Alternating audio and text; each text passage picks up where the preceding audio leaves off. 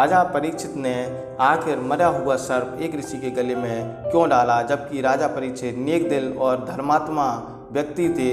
वह हमेशा ऋषि मुनियों का आदर सम्मान किया करते थे, फिर भी उन्होंने उस ऋषि के गले में मरा हुआ सर्प डाल दिया।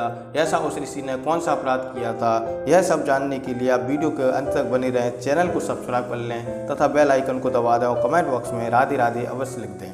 महाभारत के अनुसार परीक्षित अर्जुन के पुत्र अभिमन्यु और उत्तरा के पुत्र तथा जन्मेजय के पिता थे। जब वे गर्भ में थे तब अश्वत्थामा ने ब्रह्मशिर अस्त्र से परीक्षित को मारने का प्रयत्न किया था। ब्रह्मशिर अस्त्र का संबंध भी भगवान ब्रह्मा से है तथा ब्रह्मा के ही अमहान अस्त्र ब्रह्मास्त्र के समान शक्तिशाली, अचूक और घातक कहा गया है। इस घटना के बाद भगवान श्री कृष्ण ने अपने योग बल से उत्तरा के पुत्र को पुनः जीवित कर दिया। महाभारत के अनुसार कुरुवंश के परिचिन होने पर उनका नाम परीक्षित कहलाया गया। युधिष्ठिर आदि पांडव संसार से भली भांति उदासीन हो चुके थे और तपस्या के अभिलाषी थे, अतः वे शीघ्र ही परीक्षित को हस्तिनापुर का शासन सौंप द्रौपदी समेत तपस्या हेतु प्रस्थान कर गए। परीक्षित जब राज सिंहासन पर आरूढ़ हुए तो महाभारत युद्ध की समाप्ति हुए कुछ समय ही व्यतीत हुआ था। भगवान कृष्ण उस समय तक परम धाम प्रस्थान कर चुके थे और युधिष्ठिर को शासन किए 36 वर्ष व्यतीत हो चुके थे। राज प्राप्ति के अनंतर गंगा तट पर उन्होंने 3 अश्वमेघ यज्ञ किए, जिनमें अंतिम यज्ञ में देवताओं ने प्रत्यक्ष आकर बलि ग्रहण किया था। एक समय की बात है जब राजा परीक्षित को ज्ञात हुआ कि कलयुग उनके राज्य में प्रवेश कर गया है और अधिकार स्थापित करने का अवसर ढूंढ रहा है। परीक्षित उसे अपने राज्य से निकाल बाहर करने के लिए ढूंढने निकले। एक दिन उन्होंने देखा कि एक गाय, एक बैल अनाथ और कातर भाव से खड़े हैं। एक व्यक्ति उनके जिसका वेशभूषा ठाट बाट राजा के समान है, दंड से उनको प्रताड़ित कर रहा है। बैल के मात्र एक पग था। पूछने पर परीक्षित को गाय, बैल और उस राजवेशधारी व्यक्ति ने अपना अपना परिचय दिया। गाय ने पृथ्वी, बैल ने धर्म और उस व्यक्ति ने अपने आप को कलयुग बताया। धर्म रूपी बैल के सत्य, तप और दया रूपी 3 पग कलयुग से विच्छेदित कर डाले थे। मात्र एक पग दान के सहारे वह भाग रहा था, उसको भी वह विच्छेद कर डालने के लिए कलयुग सतत उसका पीछा कर रहा था। यह वृत्तांत जानकर परीक्षित को कलयुग पर बड़ा क्रोध आया और वे उसका वध करने के लिए आगे बढ़े। तभी कलयुग वहाँ से गड़गड़ाने लगा और कहने लगा कि महाराज मैं कहाँ जाऊँगा। तब राजा परीक्षित ने कहा तुम मेरे राज्य में नहीं रह सकते, इसलिए तुम यहाँ से दूर चले जाओ। तब कलयुग ने पूछा कि महाराज आपका राज्य तो पूरी जगह पृथ्वी पर फैला हुआ है, फिर मुझे रहने के लिए कोई ना कोई स्थान तो बताइए। तब राजा परीक्षित ने उससे कहा कि तुम 5 जगह जाकर रह सकते हो, जहाँ जुआ हो, स्त्री हो, मद हो, हिंसा हो और स्वर्ण हो। इन 5 स्थानों को छोड़कर अन्यत्र न रहने के लिए कली ने प्रतिज्ञा ली। राजा ने 5 स्थानों के साथ ये 5 वस्तुएं भी उसे दे डाली: मिथ्या, मद, काम, हिंसा और बैर। इस घटना के कुछ समय पश्चात महाराज परीक्षित एक दिन शिकार करने के लिए जाते हैं। वह वहाँ पर शिकार में जब हिरन का पीछा कर रहे थे, निशाना बांधकर तीर जो उन्होंने चलाया तो हिरन घायल हो गया लेकिन मरा नहीं। शिकार का नियम है कि जानवर की जान ले लो मगर उसे पंगु बनाकर मत छोड़ो। किसी जानवर को घायल और पीड़ा से छटपटाता छोड़ देना अधर्म माना जाता है और अब भी माना जाता है। जब हिरन घायल हो गया तो उसका राजा उसको कष्ट से छुटकारा दिलाने के उद्देश्य से उसका पीछा करते करते जंगल के बिल्कुल भीतर पहुंच गए। उनके साथ ही कहीं पीछे छूट गए। राजा थक गए, उनको बड़े जोरों से भूख प्यास लग रही थी, लेकिन उन्होंने संकल्प कर रखा था कि जब तक हिरण को पीड़ा से छुटकारा नहीं दिला देंगे वापस नहीं लौटेंगे। अचानक राजा ने देखा कि पेड़ों के बीच एक खाली स्थान है, वहाँ एक वृद्ध ब्राह्मण गऊओं को सानी पानी दे रहा है। राजा ने उनके पास आकर पूछा, ब्राह्मण देवता, मैं अभिमन्यु का पुत्र और इस राज्य का शासक हूँ। मैं एक घायल हिरण की तलाश कर रहा हूँ, वह उस ओर तो नहीं आया, आपने तो नहीं देखा। ब्राह्मण सन्यासी का नाम समीक था। संयोग से वह उनके मौन रहने का दिन था। उन्होंने राजा के प्रश्न का उत्तर नहीं दिया। ब्राह्मण के उत्तर न देने पर राजा को पहले तो आश्चर्य हुआ, फिर उन्होंने सोचा कि शायद वृद्ध ब्राह्मण को सुनाई नहीं देता और उन्होंने ऊंची आवाज़ में फिर अपना प्रश्न दोहराया। समीक राजा की ओर देखते रहे लेकिन इस बार भी उत्तर नहीं दिया। राजा ने इतनी देर में यह तो जान लिया था कि सन्यासी बहरे नहीं है, क्योंकि इसी बीच एक गाय ने दूध धोने की बाल्टी को लात मारी और उसकी आवाज़ सुनकर ब्राह्मण ने फुर्ती से बाल्टी को थाम लिया और उसको उलटने से बचा लिया। अब तो राजा को बहुत क्रोध आया। उन्होंने समझा कि ब्राह्मण बहुत दुष्ट है। एक सन्यासी की यह मजाल कि राजा के प्रश्न का उत्तर न दे। राजा ने चीख कर कहा कि यदि उन्होंने उसके प्रश्न का उत्तर न दिया तो इसका परिणाम अच्छा नहीं होगा। फिर भी सन्यासी केवल राजा की ओर दुख भरी दृष्टि से ताकते रहे और बोले कुछ भी नहीं। चूंकि उस समय उनने स्वर्ण का मुकुट पहन रखा था, इसलिए उनका कलयुग उनके सिर पर बैठा हुआ था। क्रोध में राजा आपे से भार हो रहे थे। उन्होंने इधर उधर देखा कि किस तरह उस दृष्ट ब्राह्मण को अपमानित करें। अचानक उनकी दृष्टि पास ही पड़े एक मरे हुए सांप पर पड़ी। तुरंत ही शाही तलवार म्यान से निकाली और बिजली की तरह लपक कर मरे हुए सांप को नोक से उठा लिया। दूसरे ही क्षण सांप हवा में उछला और ब्राह्मण के गले में जा लिपटा। राजा हंसे और इस प्रतीक्षा में खड़े रहे कि ब्राह्मण समीक कुछ कहेंगे, शायद सांप भी दे दें, लेकिन समीक ने कुछ नहीं कहा। उनके चेहरे पर दुख का भाव भी उसी प्रकार बना रहा। राजा लज्जित होकर लौट पड़े, लेकिन एक तीसरा व्यक्ति भी वहाँ उपस्थित था जो चुपचाप खड़ा यह सब कुछ देख रहा था। वह थे कृष, समीक के पुत्र, श्रृंगी के मित्र। लेकिन राजा या समीक दोनों में से किसी को यह पता नहीं था। राजा के लौटने के बाद कृष श्रृंगी को यह समाचार देने भागे। आखिर जब श्रृंगी मिले तो कृष ने उनसे पूछा कि तुमने उस दिन कहा था कि जंगल वासियों के लिए सबसे पहले भगवान और फिर राजा कहा था ना। श्रृंगी दुर्लभ जड़ी बूटियाँ जमा करके करते थे। अपना काम करते हुए उन्होंने अनमनी भाव से कहा, हाँ कहा तो था। यदि राजा हमारी परवाह ना करे तो हम उसे स्वामी भक्त क्यों हों? श्रृंगी ने पूछा, तुम राजा परीक्षित की ही बात कर रहे हो ना? वह वनप्रस्थियों का कभी अपमान नहीं करेंगे, क्यों करेंगे भला? श्रृंगी के मित्र ने जो कुछ शरारती थे चालाकी से कहा, मान लो मैं तुमसे यह कह दूं कि मैंने स्वयं अपनी आंखों से देखा है तो भी मैं तुम्हारा विश्वास नहीं करूंगा। श्रृंगी ने तुरंत जवाब दिया, अगर तुम अपनी आंखों से इसका प्रमाण देख लो। श्रृंगी ने खींच कर कहा, कैसा प्रमाण? पहेलियाँ क्यों बुझा रहे हो? साफ साफ क्यों नहीं कहते, क्या बात है? तब शायद मैं उस किस्से को समझ सकूं जो तुम सुनाना चाह रहे हो। यह कोई किस्सा कहानी नहीं है, सच बात है। श्रृंगी के मित्र ने उनका हाथ पकड़कर जंगल की ओर खींचते हुए कहा। वे दोनों वहां पहुंचे जहां समीक समाधि लगाए बैठे थे। मरा हुआ सांप अभी भी उनके गले में लिपटा हुआ था। अरे पिताजी के गले में मरा सांप लिपटा है, यह कहते हुए श्रृंगी आगे की ओर लपके, लेकिन उनके मित्र ने उन्हें पीछे खींच लिया। हाँ, यह मरा हुआ सांप ही है, उन्होंने व्यंग से कहा। हमारे महाराज, हमारे और कृपालु रक्षक राजा परीक्षित ने इसे तुम्हारे पिताजी के गले में डाला। मैंने स्वयं देखा और जानते हो तुम्हारे पिता का अपराध क्या था जिसके लिए उन्होंने यह दंड दिया गया है? क्योंकि राजा ने किसी घायल हिरन के बारे में कुछ पूछा और तुम्हारे पिता ने उत्तर नहीं दिया। राजा उनके ऊपर खूब बिगड़े, मैंने स्वयं सुना। उसके बाद तलवार की नोक से मरे सांप को उठाकर तुम्हारे पिता के गले में डाल दिया।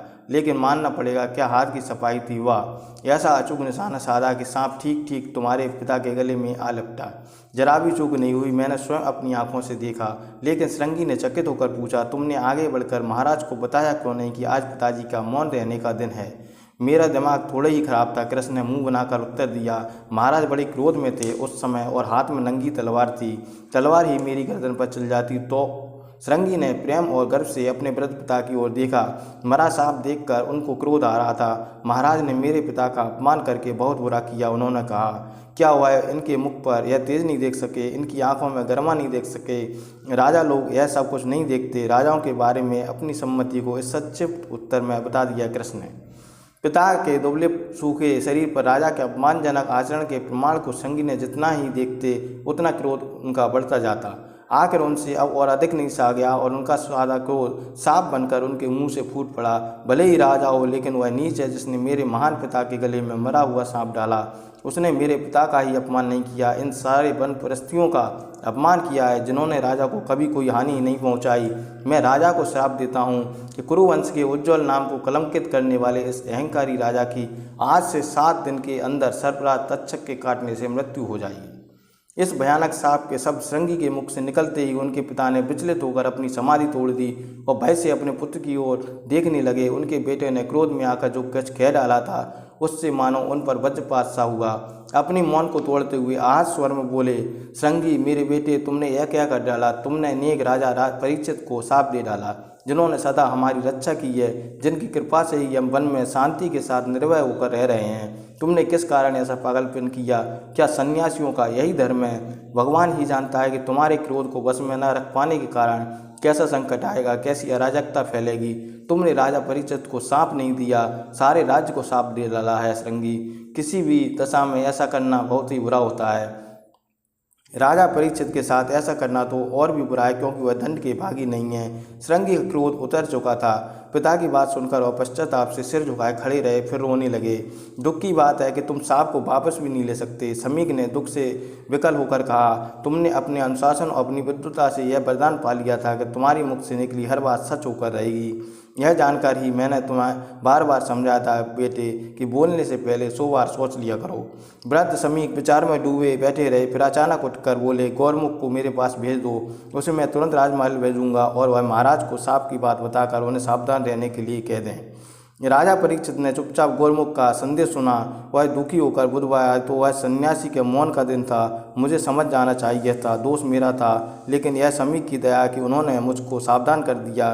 कृपा करके उन्होंने मेरा प्रणाम कहना और कहना कि मैं उनका कृतज्ञ हूँ। जब राजा परीक्षित को यह पता लगा कि उनकी मृत्यु 7 दिन बाद हो जाएगी और ऋषि का जो शाप है वो अटल है, तब उन्होंने अन्य ऋषियों को बुलाया इसका उपाय खोजने के लिए। तब अन्य सभी ऋषियों से सुखदेव जी महाराज ने उन्हें 7 दिन के लिए भागवत पुराण सुनने के लिए बुलाया, जिससे उन्हें मोक्ष की प्राप्ति हो सके। जब उन्हें पता चला तो उन्हें कश्यप ब्राह्मण को उन्होंने तुरंत बुलवाया। कश्यप जो थे वो सबसे अधिक विषैले सांप के काटे जाने का भी इलाज करते थे। मंत्रिमंडल के निर्णय के बाद शिल्पी और राजमिस्त्री महल में बुलवाए गए और आधी रात में एक अजीब सी इमारत खड़ी कर दी गई। बस एक ऊंचे खंभे पर एक बड़ा कमरा, इसी कमरे में राजा रहने लगे। खंभे के नीचे और कमरे के बाहर सशस्त्र पहरेदार खड़े थे। उनको कठोर निर्देश था कि कोई भी कीड़ा कमरे के अंदर घुसने न पाए। परिवार के लोगों और मंत्रियों को छोड़ राजा के पास जाने की अनुमति किसी को नहीं थी। जब कश्यप राजा का आदेश पाकर जल्दी जल्दी महल की ओर जा रहे थे तो रास्ते में एक बूढ़ा ब्राह्मण बैठा दिखा। वह बहुत ही दुखी लग रहा था। कश्यप ने पूछा, क्या हुआ भाई, सड़क के किनारे इस तरह दुखी क्यों बैठे हो? ब्राह्मण ने कहा, वही कारण है जो आपको इस सड़क पर लिए जा रहा है। वही कारण है। चकित होकर कश्यप ने पूछा, पर मैं तो महाराज के दर्शनों के लिए जा रहा हूँ, क्या तुम भी वहीं जा रहे हो? हाँ, राजा को धमकी दी गई है कि वे नागराज तक्षक द्वारा काटे जाएंगे। उन्हीं की चिकित्सा के लिए मुझे बुलवाया गया है। लेकिन भला आपको क्या काम है वहाँ? मैं उनको मारने जा रहा हूँ। कहते ही ब्राह्मण ने अपना असली रूप धारण कर लिया। असल में वह सर्पराज तक्षक था। यह तो अजीब स्थिति है। कश्यप ने कहा, तुम उन्हें मारने जा रहे हो और मैं उन्हें जीवित करने के लिए, हम साथ साथ चलें या अलग अलग? तक्षक ने पूछा, क्या आपको विश्वास है कि आप मेरे विष से राजा को बचा सकेंगे? हाँ, कश्यप ने बिना किसी संकोच के कहा। साबित कीजिए। तक्षक ने चुनौती दी। मैं इस पौधे को डसता हूँ, देखें आप इसे फिर से जिंदा कर सकते हैं या नहीं। यह कहकर सर्पराज ने अपना मुंह खोला और एक पौधे को डसकर उसकी जड़ में गहराई तक अपना विष फैला दिया। कुछ क्षणों में पौधा इस प्रकार भस्म हो गया मानो अंदर की आग से जल गया हो। अपने काम से बहुत संतुष्ट होकर तक्षक ने कश्यप से कहा, चलिए अब आपकी अपनी शक्ति आजमाइए। कश्यप ने मुट्ठी भर राख उठा ली और प्रार्थना की मुद्रा में आंखें मूंद कर उसमें हल्की सी फूंक मारी। फिर राख को उसी जगह गाड़ दिया जहाँ से उसने उठाया था। कुछ ही देर में वहाँ हरा अंकुरित पौधा निकल आया। फिर उसमें 2 हरी पत्तियाँ फूल निकली। फिर वह हरा तना बढ़ने लगा और उसमें नई नई पत्तियाँ निकलने लगीं और थोड़ी देर में पौधा वैसा ही हो गया जैसा पहले था। तक्षक को पहले तो बहुत सारा आश्चर्य हुआ, फिर उसने अपनी हार मान ली। तक्षक ने कश्यप से कहा कि मैं आपकी शक्ति को मानता हूँ, लेकिन राजा परीक्षित के मामले में इसका प्रयोग मत कीजिएगा। इसका कारण है। क्या कारण है? कश्यप ने पूछा। पहले मैं आपसे एक प्रश्न पूछता हूँ। उसने कश्यप से कहा, क्या आप किसी की होनी में दखल देना उचित समझेंगे? नहीं तो उचित तो नहीं समझता, लेकिन यह होनी नहीं अभिशाप है जो होनी में दखल दे रही है। नहीं, आपका विचार गलत है। तक्षक ने कहा, मैं राजा को समय से पहले मारने के लिए नहीं जा रहा हूँ, मैं तो मृत्यु को बुलाने जा रहा हूँ, क्योंकि उनके भाग्य में यही लिखा है। मुझे यमराज ने भेजा है। जन्म और मृत्यु के लेखे के अनुसार श्रृंगी ने जो कुछ कह डाला और साफ नहीं भविष्यवाणी थी। कश्यप गहरे विचार में डूबे खड़े रहे। तो क्या राजा परीक्षित के भाग्य में लिखा है कि वे 7 दिन के भीतर ही मर जाएंगे? उन्होंने पूछा। श्रृंगी ने साप न दिया होता तो भी क्या यही होता? देवता ने यही उनके भाग्य में लिखा था। मैं तो केवल मृत्यु देवता का दूत हूँ, समय से पहले ही किसी को समाप्त कर दिए जाने का साधन नहीं।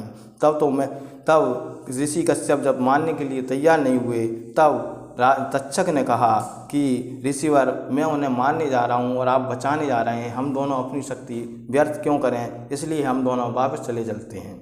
के ऋषि कश्यप ने तक्षक की बात मान ली और वापस लौट गए, लेकिन तक्षक बड़ी देर तक राजा के कक्ष में घुसने की तरकीब सोचता रहा। श्रृंगी की भविष्यवाणी के 7वें दिन उसने एक तरकीब सूझी। उसने झटपट अपने कुछ सर्प मित्रों को बुला भेजा और उन्हें आदेश दिए। उसने कहा, एक काम धोखे से ही किया जा सकता है, राजा की रक्षा का इंतजाम बहुत पक्का है। उस समय राजा परीक्षित, उनके परिवार के लोग और उनके दरबारी इस बात की खुशी मना रहे थे कि 6 दिन बिना संकट के टल गए। 7वां दिन भी समाप्त होने वाला था। सूर्यास्त के साथ साथ सांप का भी अंत हो जाएगा और दिन डूबने को कुल 1 घंटा बाकी था। उस दिन काफ़ी संध्या बीते हुए कुछ साधु सन्यासी खंभे के नीचे खड़े दिखाई दिए। एक ने प्रहरियों से कहा, हम फल फूल की भेंट लेकर महाराज को आशीर्वाद देने बहुत दूर से आए हैं। प्रहरियों ने सन्यासियों के कपड़ों और फूल फल की टोकरी की अच्छी तरह तलाशी ली। जब संदेह की कोई बात न दिखाई दी तो उन्हें राजा के पास जाने के दिया। उन्होंने सोचा, शाम का समय करीब करीब बीत चुका है, राजा को अगर ये सन्यासी आशीर्वाद देने गए तो कोई हर्ज नहीं है। सन्यासियों ने फल फूल की टोकरी राजा को भेंट की, उन्हें आशीर्वाद दिया और बाहर चले गए। जंगल में पहुंचकर सन्यासियों ने अपना सर्प का असली रूप धारण कर लिया और जंगल की हरियाली में गायब हो गए। सूर्यास्त का समय हुआ। राजा के कक्ष में खुशियां मनाई जा रही थी। बस थोड़ी देर और फिर सांप का समय निकल जाएगा और राजा को नई आयु मिलेगी। राजा ने अपने परिवार और मंत्रियों को बुलाकर कहा, सूरज डूब रहा है, आओ हमारे साथ ये स्वादिष्ट फल खाओ जो कृपालु सन्यासी दे गए हैं। दरबारियों ने हाथ बढ़ाकर अपनी अपनी पसंद का फल उठा लिया। राजा का हाथ एक रसीले आम पर पड़ा। उन्होंने आम को चूसा, बड़ा ही स्वादिष्ट था। कुछ देर बाद उन्होंने देखा कि उसकी गुठली में एक नन्हा सा कीड़ा है। कोई आश्चर्य की बात नहीं थी। प्राय रस भरे आमों की गुठलियों में कीड़े निकल आते थे। राजा ने खिड़की से बाहर अस्त होते हुए सूर्य को देखा और हंसकर उस नन्हे कीड़े को लक्ष्य करके बोले, अब तक्षक के आने का समय नहीं रहा। बोलो नन्हे कीड़े, तुम जानते हो कि तुम्हारा राजा अपने काम में असफल क्यों हो गया, लेकिन तुम्हें भला क्या मालूम, इसका उत्तर तो तक्षक ही दे सकता है। इतना कहना था कि राजा को भय से पीली आंखों ने देखा कि वह नन्हा सा काला कीड़ा अचानक बढ़कर एक शानदार बड़ा नाग बन गया। जैसे ही सूर्य पश्चिम में डूबा, तक्षक ने अपना विशाल फन फैलाया और राजा परीक्षित को तुरंत दर्श लिया और राजा परीक्षित की मृत्यु हो गई। वीडियो पूरा देखने के लिए आपका बहुत बहुत धन्यवाद।